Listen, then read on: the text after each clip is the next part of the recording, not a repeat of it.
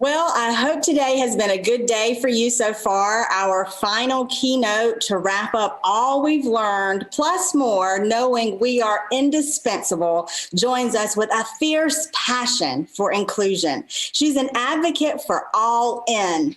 Joy Fitzgerald has more than 20 years of leadership experience working across business sectors for both profit and nonprofit organizations in various industries.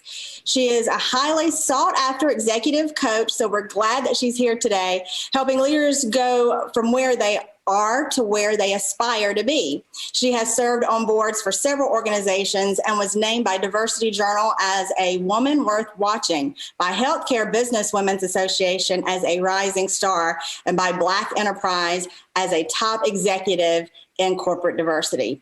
A global leader in talent management, Joy has dedicated her career to improving the lives of individuals one person at a time. Known as an inspirational leader, Joy has a rare ability to tackle very difficult subjects and speak truth to power without stirring those negative emotions. She seeks to create a world in which all people are treated with dignity and respect. She works tirelessly to champion inclusion by creating safe spaces for brave conversations. And we've mentioned how hard those conversations can be. Please post questions again in the chat box right next to the window. And Joy, I am just so thrilled that you are with us today to go all in this all in conference. Well, thanks, Jonna. I am so very delighted to be here. Happy Women's History Month to everyone that has joined this conference on today. It is certainly a pleasure and a delight to be here with you, but also to help wrap up what has been an amazing experience. I'm honored to be in the lineup of such incredible women who've talked about how to be inclusive, how to be intentional, influential. And now we're going to talk about how to be indispensable in business. Ladies and men, are you all in with me for this exciting dialogue? So let's talk about being indispensable. What does being indispensable really mean? Okay, 2 words. Being indispensable in business means that you are absolutely necessary. Let me say that again. It means that you are absolutely necessary. Women, we need to be absolutely necessary in business, within our families, relationships, your entrepreneurial efforts, in your community, in your home with your children, your wife, spouse, partner, whomever it is. I want you to be indispensable in every aspect of your life that matters to you. I'd like to share 4 key principles of what being indispensable means to me and for me. So let's talk about this. Number 1, being indispensable means that you can be counted on for greatness, that you consistently deliver in everything that you do. Think about your team. If it's a team that you currently work on now or a team that you work on within your community, who are those go-to people or those go-to individuals that you just know that they pull the weight, not only for themselves, but they pull the weight for the entire team? When you are indispensable in business, you are a go-to person. You are a name and an individual that just becomes top of mind for people that you are around. I remember when my daughter was in competitive dance, and, it was always her goal, when she first started out dancing. You want to be that individual that's on the front row. You're on that individual that really kind of carries the team when you're competing. And when you thought about, or when she would ask, Mom, what do you believe are the core skills or attributes that one should display to be on the front row? I would always say, you're that individual that when new skills or new stunts or new activities activities come into play to up the game of the team, then you're willing to raise your hand. You're willing to put in the extra work, the extra effort to help your team achieve a greater level. So think about your work or your business. Are you the one that's raising your hand, putting in that extra work, that extra level of discipline so that your team and the individuals that you engage with know that you'll pull the weight, not just for yourself, but you're willing to pull the weight for them too. So be counted on for greatness is number one. Number two, you need to have a recipe that cannot be duplicated. So for me, one of my favorite desserts is a red velvet cake. So for major holidays or potlucks at work, I'm always looking for the individual who can make the best red velvet cake. And at work, I am so delighted to tell you there is someone on my team that makes just an amazing cake. It is kind of that go-to dish that for every potluck, we're saying, hey, are you going to bring the red velvet cake? So I decided I was going to replicate this amazing experience that I get to enjoy at work with my family for Thanksgiving.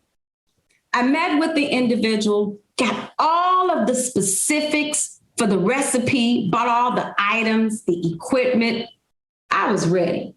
I had my family ready for this cake that I often talk about. I made the cake 3 times, and it was horrible every time. I finally said, you know what?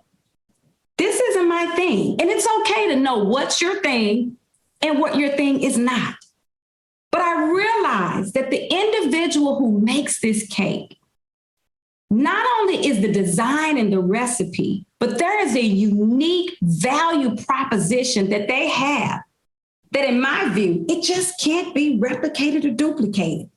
Even when I have the recipe, that there's something special about their insight, their judgment, the way in which they operate in making that cake. That's just not a skill of mine. If you want to be indispensable in your business, there's going to have to be a value of relevance that you bring that everybody is asking for. And even when others try to do what you do, it doesn't look like how you do it. Because there's a special value and a uniqueness that you bring that only you can bring. Part of that secret recipe also means that you're bringing relevance that matters. What I've learned in business is that I raise my hand for the tough jobs, the tough assignments, the tough work that most shy away from. It's not easy, but anything that's worth having is never easy. So to be indispensable, don't sit in the seat of comfort. Don't live in the space of complacency. You got to be willing to lean in to the uncomfortable places and to do the work that is such high value that you'll grow, you'll learn, and it's so relevant that people are coming to you for that secret recipe that they can't replicate or duplicate. Number 3, you need to have an asymptote mindset. So if you remember back in high school algebra, college algebra, this term called asymptote, and really it's a straight line that tries to approach a curve, but when it tries to approach a curve, it never quite meets it, but it continues to elevate and aim high because its goal is mastery. So what do I mean by that? The world is not static. Life is not static. 2020 has taught us, if nothing else, that we can't plan for the unseen, that we have to be agile and ever evolving to stay indispensable and relevant. Hopefully over 2020 and even now, you've taken some intentional time to think about, how do I evolve my A game to the current environment that we're facing? But not even just the current environment, but the future environment that we one day will face. I remember asking a CEO once, or a board member, I apologize, once, how do you interview for a CEO of a corporation? What are some of the questions that you would ask in that interview? And the board member said to me, there are really only two questions that I ask, because your resume, it speaks to your skills. It speaks to your accomplishments. It speaks to your experiences. But what I really want to know is how this individual thinks and stays relevant or absolutely necessary. And here are the two questions that he asked. Number one, what's the last book you've read and why? And the second question is, what do you read on a daily basis relative to your thought leadership that expands your way of thinking, that challenges your ideas, and keeps your skills always at that readiness level to predict and lean in for the future? I would submit to you, if you want to stay indispensable in this environment, you need to be continuously learning. Some of the things that I engage in and do, I set Google searches on the areas in which I want to be a thought leader. And I make sure that every morning when I reflect and wake up, I have time just to read the latest articles in the news, to get external insight and ideas around the things that I need to be on my A game with. I want to be that individual on a team that people go to for my thought leadership, that people consider you to have expertise in your field, that you will evolve their thinking, that you will challenge their ideas. You want to be that individual that people come to because your knowledge is expansive and broad, but it's narrow and specific where it needs to be, where it matters and where it counts. Last, but certainly not least, you need to lean in to your gift. Now, this is probably a scary place for many of us. Leaning into your gift first starts with understanding you and knowing your purpose. I fundamentally believe that everyone that enters this beautiful gift called life, that there is a unique talent, gift, or purpose that we bring to the world. And I will tell you that when you understand that, when you know that, it's liberating. It's kind of, what's your why for living? What's your why? When you know your why, you operate and you move in a space of courage and liberty that everyone else around you, they notice it. It gives them energy. It inspires them. It encourages them to do the soul searching to figure out their why or their gift or their talent. Women, stop apologizing for your talent. I often hear in meetings or within community organizations, women want to try to, for the lack of a better term, dumb down their ideas or apologize for a different view or for a different opinion. I want you to lean into your gift, lean into your intellect, lean into your talents and your skills. It's powerful, it's inspiring, and it's the gift that you were born to give the world. And don't minimize it. Don't apologize for it. And don't shy away from your talent or your gift because you think it's too big for others, or you think that it might make you feel not humble. Let me tell you something. Humility lives in the seat of being grateful. Giving the world your gift is operating in purpose, and that is humility.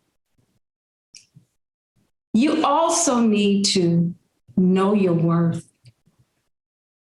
Women in business, we need to know that we bring value and that our value can be counted on for greatness, that we bring this secret sauce or secret recipe that only we can give to the world and to the team and to a business in the way that we give it. And you need to have this asymptote mindset where you are continuously learning. Learning is not a destination, it's a journey. As long as there's breath in your body, you should be seeking to learn, evolve, and grow. That's how you'll be indispensable.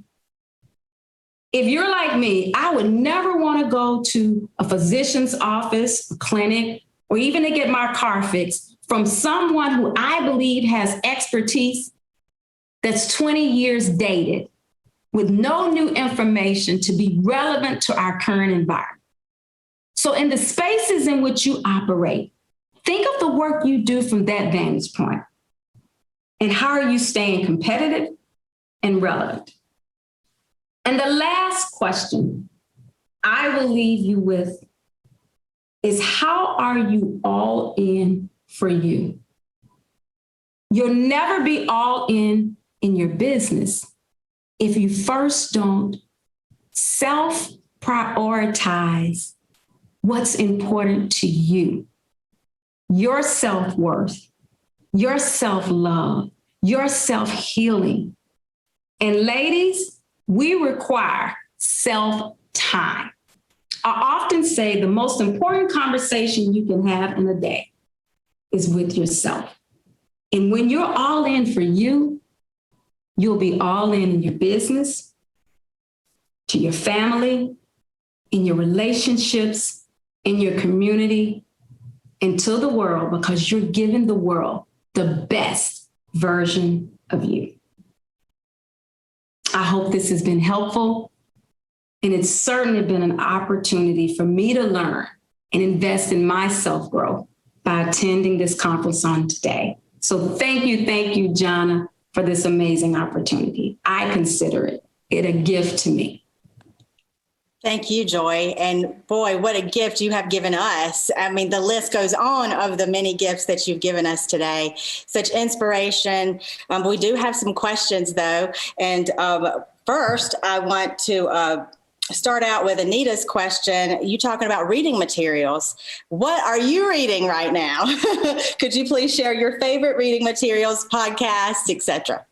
Oh, I would tell you, The Hidden Brain is certainly one of my favorite podcasts. And right now, I'm a white paper reader. I love books. Most of the books that I read, I typically read them from a personal vantage point because I try to read a lot of white papers and articles. And I'm reading a white paper right now called The 21st Century Leader. And it's really talking about how do we evolve. And it's spending a lot of time helping us think of racial equity, healthcare equity, and racial justice, and how we've gotten to where we are today. So those are kind of top of mind on my reading list. Can you tell people how you have a gift, obviously, to speak and share? You know that you share your talents with folks. How did you know this was your gift? How did you know? When did it take that turning point for you coming out of something to realize that you are capable of this something? What would be advice to people that may not know that they are capable of greatness? Well, I think it was three things. One, I would say, listen to the things that people tell you you're good at. And I find that as women, we don't often know how to take a compliment. Someone said, oh my God, Jonna, that was amazing. You're like, oh, it really was nothing. No, it is something. And it's okay for it to be something. But just think about what are the things that people tell you that you do a really good job at, that you're great at, that they enjoy. The second question will be, what gives you energy? Pouring into others to encourage them, it doesn't feel like work to me. It gives me energy. The third thing in my journey, it really took someone that I did not know speaking to me and saying to me, you have a gift.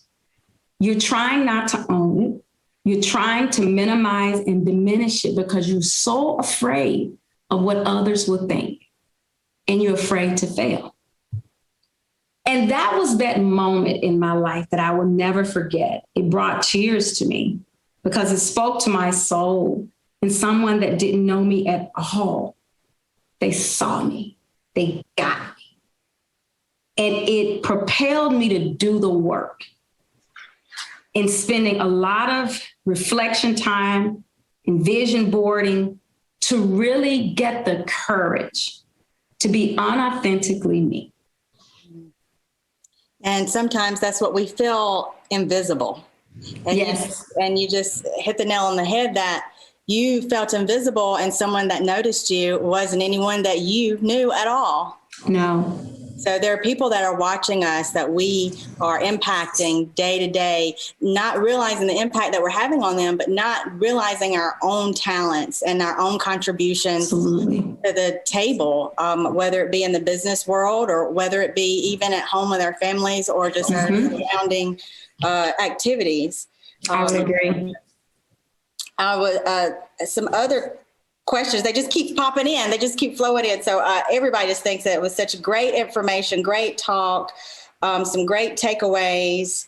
And someone says, as an executive coach, are you taking on new clients? That's that's funny. That is a great one. Always, my purpose, I realize my purpose is one in which I desire to help speak joy into every aspect of an individual's life and help people to find the path to what joy looks like.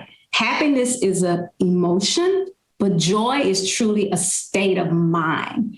And where I spend a lot of time coaching individuals is on mindset, because when I can shift your way of thinking or your mindset, it changes behaviors. And once you change behaviors, you develop a mental muscle. It's just like they tell you if you were a track runner or you ran track, your body kind of has that muscle memory. I want people to have that mental muscle memory to live in courage and to live in purpose. And you speak true to your name, right? So it's like you're meant to have the joy name, right? Thank you. Thank you. Yes. Trying to see what else we have. I don't want to miss anybody. Yes. Jill has asked, do you have a book that you've written?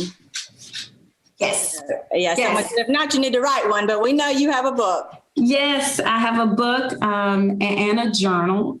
And I wrote the journal specifically to help people understand or have a daily practice of reflection. I often hear women that I coach, one of the biggest things that women would say is the first statement is, I don't know my purpose. And then the second statement is, I just don't have time. I'm just so busy. I have so many things, work, family, community commitments, faith commitments, or whatever it is. And I often take people back to, do you have 15 minutes in your 24-hour day to invest in you? And if your answer is no, then I can't help you. But all I'm asking for is 15 minutes. Are you worth 15 minutes? And if you're meeting with me to even tell me you don't have time, you have 15 minutes. So it's what we do with time. If you think of life in a linear way and time as a concrete area, that you can reframe in your life, then you'll think about who you give the gift of time. I'm intentional who I answer the phone to because that's my time. And it's either going to deplete my energy or it's going to raise the bar. And you can shift my mindset just by what you're talking about. I'm very conscious of how much news I watch. So as the previous speaker was talking about, because it could be depressive in some cases, depending on where your values lie in life. But time is so important. And as women, we give so much of ourselves, we rarely give to ourselves. And one of the things that you need to give to yourself is time. And it is having that discipline of just reflecting and asking yourself a powerful life question. And I promise you, it can make all the difference, in my opinion, in your life's journey and in your mindset. And that's what we have such a hard time doing, I think, is changing our mindset. I mean, yes. And it just comes down to it. I mean, if I'm going to exercise today or not, Yes. like it's just, that is a big struggle. I think that women have for sure is just the lies that we tell ourselves. I have a great question here from Mary. When one has a creative idea that is getting attention and could lead to an auspicious career move, how does one navigate and overcome imposter syndrome? Imposter syndrome is so real. It's almost like a fake person on your shoulder talking to you. And quite frankly, one of the things that in my work experience I've seen is that we have been told in non-direct ways that we're not ready. We need more. And I'll talk about some of those non-direct ways. What shapes culture is who you hire, who you promote, and who you fire. Those three actions speak to people, even without giving what I would consider direct messages. So when we see men elevating faster in organizations than we see women, that's a message. It's a statement. When we see that women have to do the job before they're promoted, that's a message. That's a statement. So we didn't create this imposter syndrome. It's real. Life has taught us that.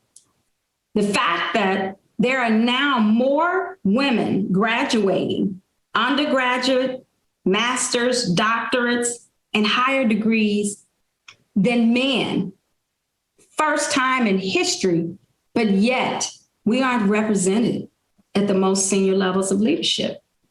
That's a message. That's a statement. So when we have aspirations to take on new roles or aspire to take on courageous, creative opportunities, those messages speak to us. And sometimes real people speak to us when we share our dreams and our goals. We spend so much time thinking about how others respond. I'll share this. I remember one of the things I used to do in mentoring conversations, I would ask my sponsor or mentor, so what do you think I'll be good at? What do you think? I don't ask that question anymore because it's my life. I talk to them about what I think I will be good at, and I look for their advice because that's all a mentor is. It's an advisor. They have no skin in the game. But sometimes when we go to them and ask that question and we don't hear the answer we want to hear, it deflates and it removes our ability to aspire to achieve the goals and the dreams that we have. So get you a dream builder in your life. Find someone that's on your team that you can count on, that when you're hearing that imposter syndrome, which is that semi-real person, that they'll come back and they will debunk every fear, every negative thought, and to tell you, you got this. Sis, you got this. Go for it. You are as ready as everybody else. So put your name in the hat. You can't lose if you never started the race. That's so true. And that is such great advice. I have so many people just saying, thank you so much for the message that you have given today. It has just really been inspiring to them, and they're starting to write down their goals, and they're starting to to think about how they change their mindset. People have said the journey to joy and the journal to joy, your books, right? So they're already finding them. So, thank you again. Such great advice. I appreciate you being here with us, One Spartanburg Inc. in South Carolina, all the way from Indianapolis. So we just appreciate you. I know. We hope that you can come and visit South Carolina at some point. Oh, I am coming. I promise you. When the travel and the world gets healthier, I can't wait to see all these amazing women that I have been honored to meet virtually. Thank you again so much for your time today. I hope that everyone has been able to enjoy this. I think one of the best sessions that we've ever had. It's hard to believe that the event is already over, but on behalf of One Spartanburg Inc., I'd like to thank you all again for joining us. We hope you found these sessions very valuable, and hopefully you can walk away with some practical implemental tips to reach your full potential, to champion others to do the same in this all-in conference. Thank you again to our generous sponsors who made this event possible: Milliken, Denny's, Blue Cross Blue Shield of South Carolina, Spartanburg Community College, Comporium, Converse College, GOS, and Secondary Solutions. And also want to thank Keurig Dr. Pepper for the conference boxes with the Blue Moon Cowboy Mix. Well, I'm Jonna Turner, the Director of Events at One Spartanburg Inc., and on behalf of Alan, our President and CEO, our entire staff, we thank you. Thank you for supporting us. Thank you for supporting the efforts and bringing back the Berg during this critical time. And thank you for giving this virtual experience a chance. Now go tell all your friends what they missed today. We hope to see you again soon, and hopefully in person. Thank you.